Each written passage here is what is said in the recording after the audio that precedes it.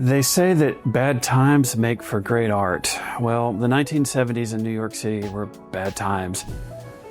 Hello, I'm Josh, an archivist with the New York State Archives, and today we're going to be looking at the 1970s New York City music scene.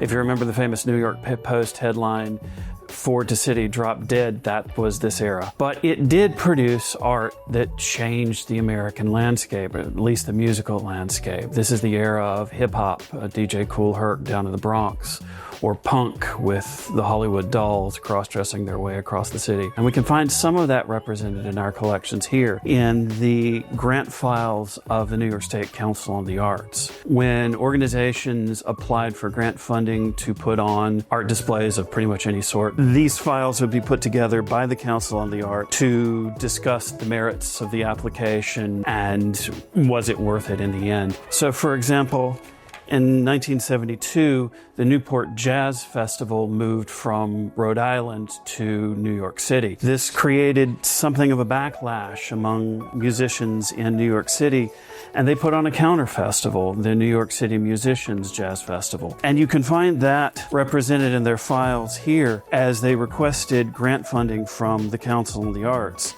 This was also the era of Philip Glass, arguably now the most famous living American composer, at the time just starting out. Here is some material from his Music in 12 Parts, which he put on a full 5-hour concert with a 1-hour intermission. Reviewers were a bit mixed. It's not everybody was a fan. But of course, next year, Glass would put on his Einstein at the Beach and make himself something of a household name, at least in American classical music circles. So this is an era where American music changed dramatically. And you can follow some of this as the individuals and their organizations applied for grant funding and received grant funding.